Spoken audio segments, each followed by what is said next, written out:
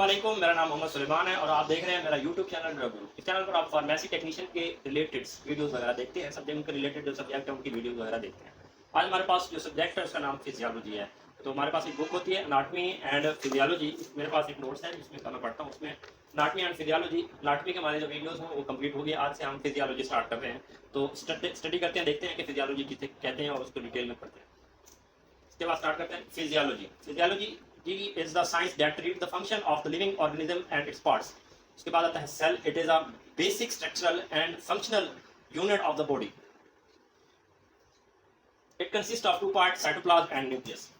Physiology की definition कुछ इस तरह है. फिजियोलॉजी एक साइंस है जो ट्रीट करती है जो फंक्शन को, किस फंक्शन को, लिविंग बॉडी के, लिविंग ऑर्गेनिज्म के फंक्शन, लिविंग ऑर्गेनिज्म के और उनके पार्ट्स. एक लिविंग ऑर्गेनिज्म है, उसके बॉडी के पार्ट्स और उसके फंक्शन को जो स्टडी करती है उसे क्या कहते हैं, फिजियोलॉजी. मेन इसकी डेफिनेशन सिंपल इसे आप ये इस तरह कह सकते हैं. Physiology is the branch of science, या biology which deal with the study of function of the body parts and which deal with the study of function of body के फंक्शन को डिस्क्राइब करना, इसे क्या कहेंगे, फिजियोलॉजी. सबसे पहले हमारे पास हम फिजियोलॉजी पढ़ रहे हैं सेल की. Cell is a basic structural and functional unit of body. Body का basic functional and structural unit होता है सेल. ये बुनियादी इकाई होती है जिंदगी की, से हम सेल कहते हैं. It consist of two parts. ये दो पार्ट्स पर मुश्तमिल होता है. पहला इसका जो पार्ट होता है वो है साइटोप्लाज्म और दूसरा इस सेल का मेन पार्ट होता है उसे कहेंगे न्यूक्लियस. उसके बाद हमारे पास आता है टाइप्स ऑफ सेल. सेल की कितनी टाइप्स हैं. सबसे पहला है नर्व सेल, नंबर 2 पे है मसल सेल, नंबर 3 पे है कनेक्टिव सेल और नंबर 4 पे है इम्यून सेल और नंबर 5 पे है ब्लड सेल. नर्व सेल हमारे नर्वस सिस्टम के अंदर होते हैं. नर्वस सिस्टम या नर्व इंपल्स के अंदर जो हमारे सेल, नर्व जो होती है हमारी बनी होती है नर्व सेल से. के बाद हमारे मसल जो है वो मसल सेल से बने होते हैं. कनेक्टिव टिश्यूज के अंदर जो सेल होते हैं उन्हें कनेक्टिव सेल्स कहते हैं. इम्यून सेल्स जो हमारे वाइट ब्लड सेल्स के अंदर जो सेल होंगे उसे इम्यून सेल जो हमारी बॉडी के अंदर इम्यूनिटी पैदा करते हैं. उसके बाद हमारे पास 5वां नंबर ब्लड सेल. हमारे ब्लड का, हमारा जो ब्लड है ना वो ब्लड सेल से मिलकर बना होता है. इसके बाद हम करते हैं जी कंपोजिशन ऑफ सेल. इसकी जो सेल की कंपोजिशन है, नंबर 1 पे है वाटर 60 to 80% होता है, प्रोटीन होती है, इलेक्ट्रोलाइट्स होते हैं और नंबर 4 पे होता है लिपिड्स. उसके बाद नंबर 5 पे होता है कार्बोहाइड्रेट्स. जो सेल जिन चीज़ों से मिलकर बना होता है वो इसमें दिखाया गया है. वाटर जो है ना 65 to 80% होता है, प्रोटीन होती है, इलेक्ट्रोलाइट्स होता है, लिपिड होता है और कार्बोहाइड्रेट्स होता है. उसके बाद आता है organelle of cell. Cell membrane या plasma membrane. It is the outer covering of cell. It is very thin in nature, about 8 to 10 nanometer. और स्ट्रक्चर है. It is a lipid bilayer in nature in which carbohydrates are surrounded and protein are also embedded in it. जो organelle of cell है, cell के अंदर जो छोटी छोटी चीजें होती हैं उनको हम कहते हैं, छोटे से मादनियात होते हैं उसे कहेंगे ऑर्गेनेलीज ऑफ सेल. उसके बाद सेल में ऑर्गेनेलीज में सबसे पहले हम पढ़ते हैं सेल मेम्ब्रेन को, जिसे हम प्लाज्मा मेम्ब्रेन भी कहते हैं. ये आउटर कवरिंग को, सेल की जो बाहरी कवरिंग होती है हम क्या कहेंगे, सेल मेम्ब्रेन. और ये थिन होती है नेचर में और ये 8 to 10 नैनोमीटर तक थिन होती है. इट इज अ, उसके बाद इसका स्ट्रक्चर क्या है सेल मेम्ब्रेन का. It is a lipid bilayer. इसकी जो लिपिड बाइलेयर होता है इन नेचर के अंदर, in which carbohydrates are sandwich and proteins embedded in it.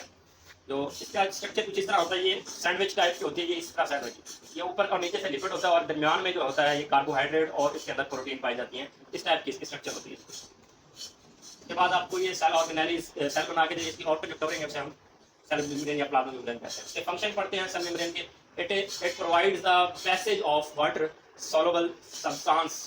Number 2 पे आते हैं act as a transport by attaching the cell membrane protein. के बाद आता है नंबर 3 पे permit the passage of ions and molecules outside the cell. Cell membrane के हम फंक्शन पढ़ रहे हैं. क्या फंक्शन होते हैं. It provide the passage. ये पानी पैसेज रास्ता मुहैया करता है. पानी के अंदर सॉल्युबल सब्सटेंस होते हैं उनको. These act as a transported by attacking the cell membrane protein. ये एक्ट करते हैं ट्रांसपोर्ट के तौर पे और सेल के साथ अटैच होने के लिए भी इस्तेमाल होते हैं. नंबर 3 पे जो हमारे पास ये परमिट आइंस को परमिशन देते हैं ताकि वो सेल के अंदर जाएं या ना जाए. नंबर 4 पे हमारे पास जो फंक्शन आता है it protect the cell organelles. और नंबर 5 पे है some carbohydrates in plasma membrane are helpful for binding. Number 4 पे जो ये सेल ऑर्गेनेलीज, सेल के अंदर जो ऑर्गेनेलीज होती है सेल मेम्ब्रेन उनको प्रोटेक्ट करेगी. उसके बाद जो 5वां फंक्शन है वो कार्बोहाइड्रेट्स, सम कार्बोहाइड्रेट्स जो प्लाज्मा मेम्ब्रेन के अंदर कार्बोहाइड्रेट्स हैं वो सेल मेम्ब्रेन के लिए हेल्पफुल होते हैं बाइंडिंग. वो हेल्पफुल होते हैं बाइंडिंग ऑफ हार्मोन के साथ बाइंडिंग के लिए, जैसे इंसुलिन होते हैं फॉर एग्जांपल. उसके बाद आता है साइटोप्लाज्म. साइटोप्लाज्म हमारे पास है. It is the part which surrounded या cover the cell nucleus. It lies near the cell membrane. Number 2 zone of cytoplasm. Ectoplasm near to the cell membrane and endoplasm near to the nucleus. तो cytoplasm number 2 पे हमारे पास organelles है, ये पाई जाती है cell membrane, nucleus और cell membrane के नज़दीक पाई जाती है। It lies near the cell membrane. उसके पास साइटोप्लाज्म के जोन है, दो टाइप की साइटोप्लाज्म है। दो जगहों पे पाया जाता है साइटोप्लाज्म। एक आता है एक्टोप्लाज्म जो near to the cell membrane, cell membrane के साथ जो साइटोप्लाज्म पाया जाता है उसे कहेंगे एक्टोप्लाज्म, और जो न्यूक्लियस के साथ साइटोप्लाज्म पाया जाता है उसे एंडोप्लाज्म कहते हैं। उसके बाद हम इसकी कंपोजिशन देखते हैं। साइटोसोल से मिलकर साइटोप्लाज्म बनता है। It is a clear fluid where all organelles are present, जिसके अंदर तमाम ऑर्गेनेलीज, ये शिफाफ फ्लूइड होता है जिसमें तमाम सेल की ऑर्गेनेलीज हमें नजर आती है। तो आज का हमारा जो टॉपिक होता है वो यहीं पे खत्म होता है। खुदा हाफिज़, अल्लाह ने के बाद।